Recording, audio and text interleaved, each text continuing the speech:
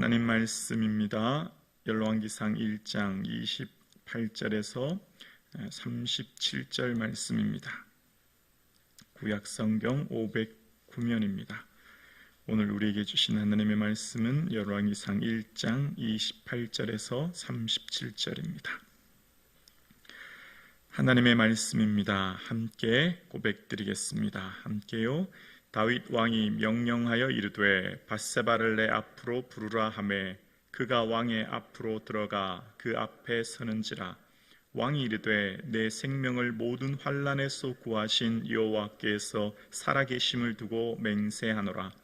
내가 이전에 이스라엘의 하나님 여호와를 가리켜 내게 맹세하여 이르기를 내 아들 솔로몬이 반드시 나를 이어 왕이 되고 나를 대신하여 내 왕위에 앉으리라 하셨으니 내가 오늘 그대로 행하리라.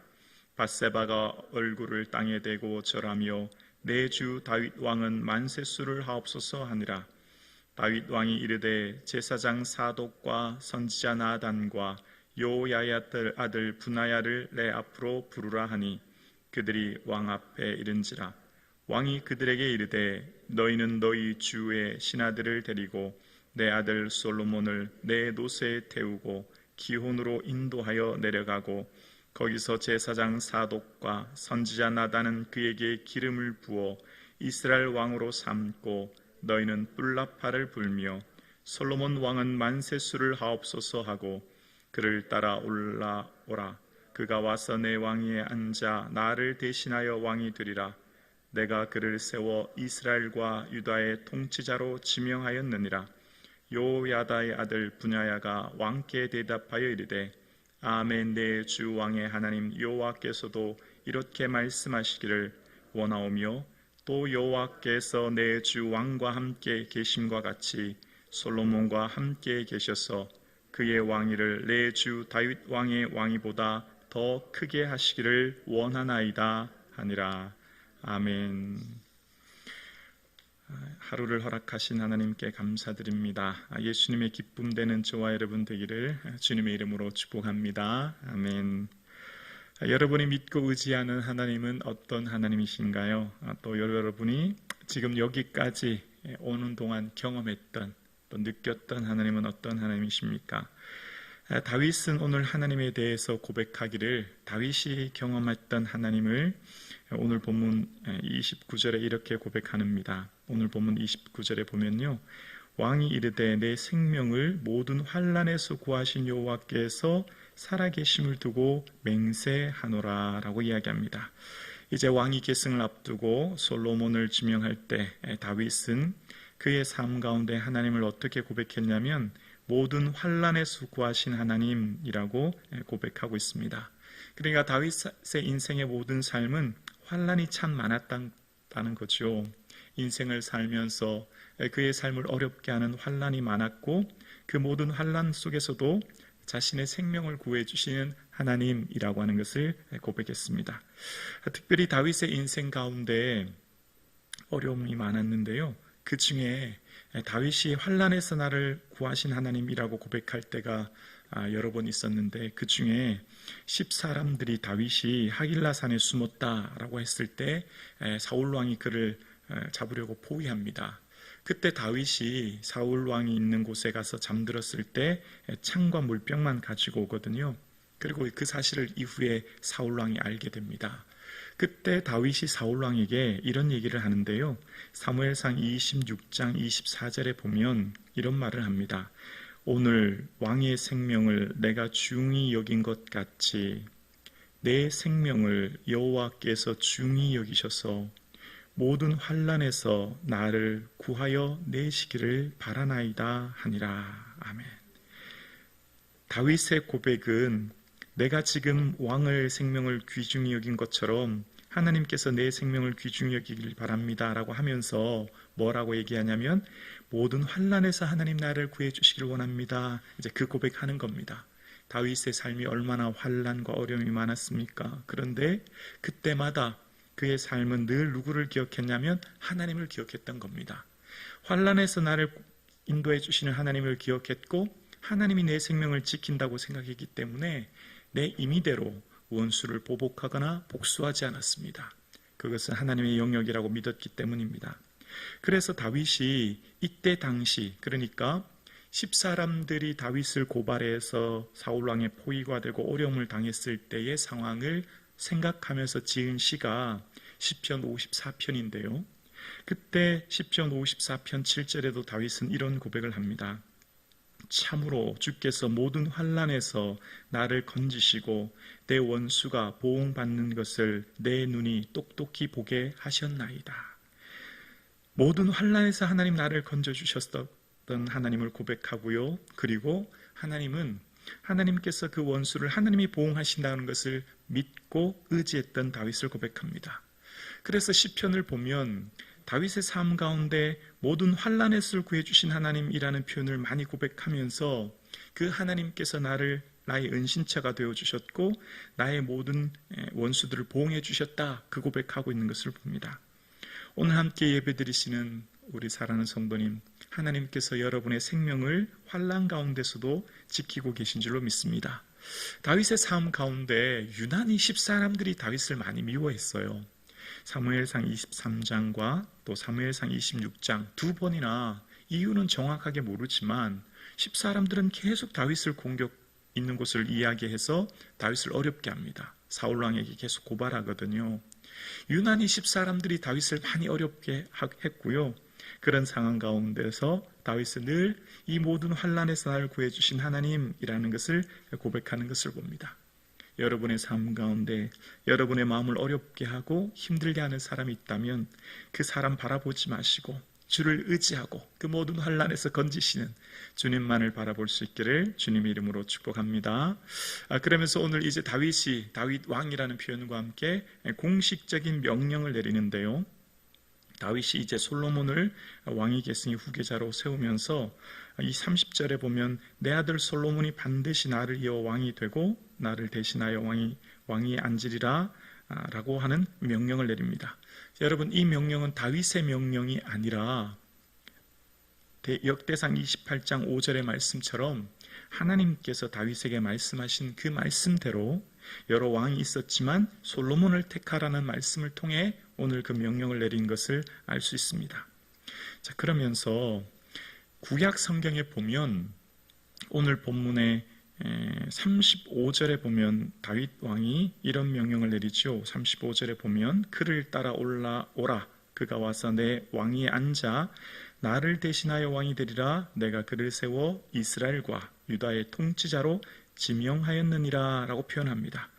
이제 다윗이 솔로몬에게, 신하들에게 내가 타는 노새에 솔로몬을 태우고, 내가 타는 노새란 말은 우리로 말하면 무슨 대통령 전용 1호기, 무슨 대통령 전용 리무진으로 표현할 수 있지요. 내가 타는 그 차를, 전용차를 말하는 겁니다. 그러니까 그만큼 솔로몬을 이제 세워주면서 34절에 솔로몬에게 이제 기름 부으라는 겁니다. 누구에게요? 나단 선지자와 사독 제사장에게 이제 그에게 기름 부으라는 겁니다. 기름을 머리에 쏟는 것은 하나님의 선택을 말하는 것과 동시에 하나님의 영이 임하시는 것을 이야기하지요. 그러면서 이제 그를 지명했다라는 표현이 나옵니다. 구약에 지명이라는 단어와 함께 짝을 이루어 나오는 단어가 있어요. 바로 명령이라는 단어입니다. 구약 성경을 읽다 보면 지명했다라고 하는 말은 이 뒤에 그에게 하나님께서 하시고자 하는 반드시 사명이 있었고 그 사명을 이루기 위한 명령이 있었다는 것을 알게 됩니다. 하나님께서 성막을 지으실 때 성막의 중요한 것들은 아무에게나 맡기지 않으셨습니다. 아무에게나 그것을 하게 하지 않으셨고 특별히 부살렐과 오홀리압을 통해서 성전의 성막의 중요한 일들을 하게 하셨거든요. 그게 이제 출애굽기 31장에 나옵니다.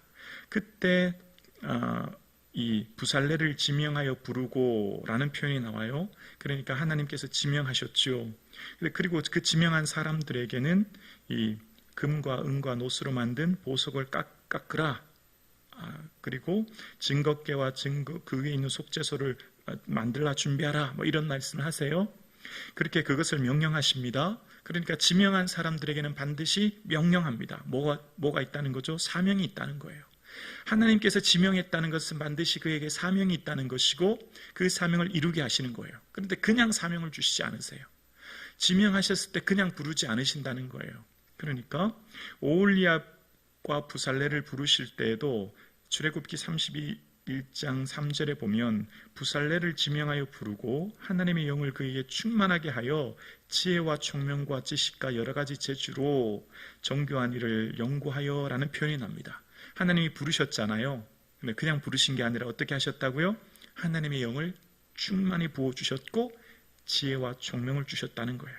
마찬가지 오홀리압도 그랬습니다. 오홀리압을 지명하여 부른 다음에 지혜로운 마음을 그에게 주셔서 그것을 하게 하셨다라는 표현이 나와요.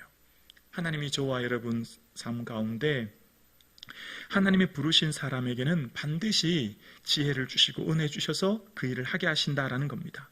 성경에 계속해서 나오는, 그러니까 민수기에서도 이스라엘의 1장에 보면 지파별 지휘관을 세울 때에도 한 명씩 부르실 때 그에게 명령하시고요. 이후에 에스라에서도 보면 에스라 8장에 보면 느디님 사람들을 부르시는데 지명하시는데 그들로 통하여 의회 성전과 성벽을 재건하게 하시죠. 오늘 함께 예배드리신 사랑하는 성도님, 이사야 43장에 하나님께서 말씀하시죠. 내가 너를 지명하여 불렀다. 너는 내 것이다. 오늘 저와 여러분은 하나님이 지명하여 부르셨어요. 우리는 누구의 것이라고요? 하나님의 것입니다. 그냥 부르시지 않으셨어요. 반드시 부르신 자에게는 은혜를 주시고 능력을 주시죠. 그 일을 하게끔 감당할 수 있는 은혜를 주시는 거예요. 그리고 그 일을 통해서 하나님 일을 하게 하시는 겁니다. 하나님께서 저와 여러분을 부르셨습니다. 그리고 그 일을 하게 하십니다. 마치 바울이 그 목숨 걸고 사명을 다해 최선의 삶을 살았던 것처럼 오늘 여러분의 삶에는 다 각자의 사명이 있는 거예요. 오늘 예배드리시는 저와 여러분에게는 하나님께서 주신 고유한 각자의 사명이 있고 그 사명을 이룰 수 있는 능력과 은혜를 주신 것입니다. 그 사명을 주신 우리에게는 우리의 삶은 사명 따라 살아가는 우리의 삶에는 말씀 의지하고 살아가는 인생인 거죠. 사명자는 무엇으로 삽니까? 말씀 붙들고 사는 거예요. 우리가 믿음으로 행하고 보는 곳으로 행하지 아니한다라고 하는 고린도후서 5장 말씀처럼 우리의 행동의 기준은 보여지는 현상, 물질, 보여지고 만져지는 것이 전부가 아닙니다. 그것만 의지하는 것을 우리는 유물론자리라고 하죠. 영의 세계를 인정하지 않는 것이 무신론자이지 않습니까? 그런데 우리는 보이지 않는 세계를 인정합니다. 믿음은 어떻게 해요? 보이지 않은 것들의 증거인 거죠. 하나님께서 만물을 창조하시되 하늘과 땅과 보이는 것들과 보이지 않은 것들과 라고 하시면서 그것도 창조하셨다는 겁니다. 그러니까 우리는 보여지는 이 세계뿐만 아니라 보이지 않은 세계가 있음을, 이후에 하나님 나라가 있음을 믿고 하나님께서 우리와 함께 하심을 믿는 성도가 우리의 삶인 거예요. 그래서 우리는 보이는 것만을 믿지 않아요. 보이지 않은 말씀을 의지하고 약속의 말씀을 붙들고 그 믿음으로 살아가는 것이 우리인 거죠. 저와 여러분의 삶 가운데 환난과 어려움이 닥칠지라도 하나님 우리와 함께 하심을 믿고 약속의 말씀을 의지하고 나아가시는 저와 여러분 되기를 주의 이름으로 축원합니다.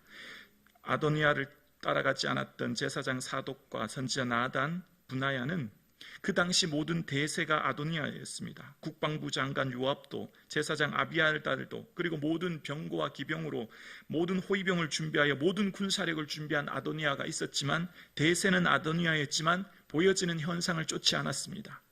이들은 약속의 말씀 의지했고 하나님 반드시 왕은 하나님께서 세우신다고 하는 것을 믿었기에 지금 내가 보이는 대세에 따라가지 않았다는 거예요. 그래서 하나님께서 약속하신 그 약속대로 솔로몬이 기름 부은 것을 현장에서 목도하며 그들로 통하여 결국 솔로몬이 왕으로 세움받게 된 거죠.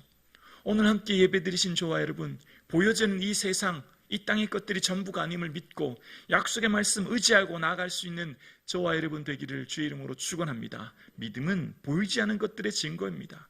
지금 비록 내가 기도하여 내 삶에 당장의 응답이 없다고 해도 우리는 오늘도 기도합니다. 반드시 약속을 성취해 주실 하나님을 믿기 때문입니다. 그 신실하신 하나님을 신뢰하기 때문입니다. 그래서 그 보이지 않으신 하나님의 영이시기에 보이지 않으신 그 하나님이 오늘 우리와 함께 하심을 우리는 믿고 그 하나님이 우리의 기도를 응답해 주심을 믿고 나아가는 이 하루 되기를 주님의 이름으로 축복합니다. 기도드리겠습니다.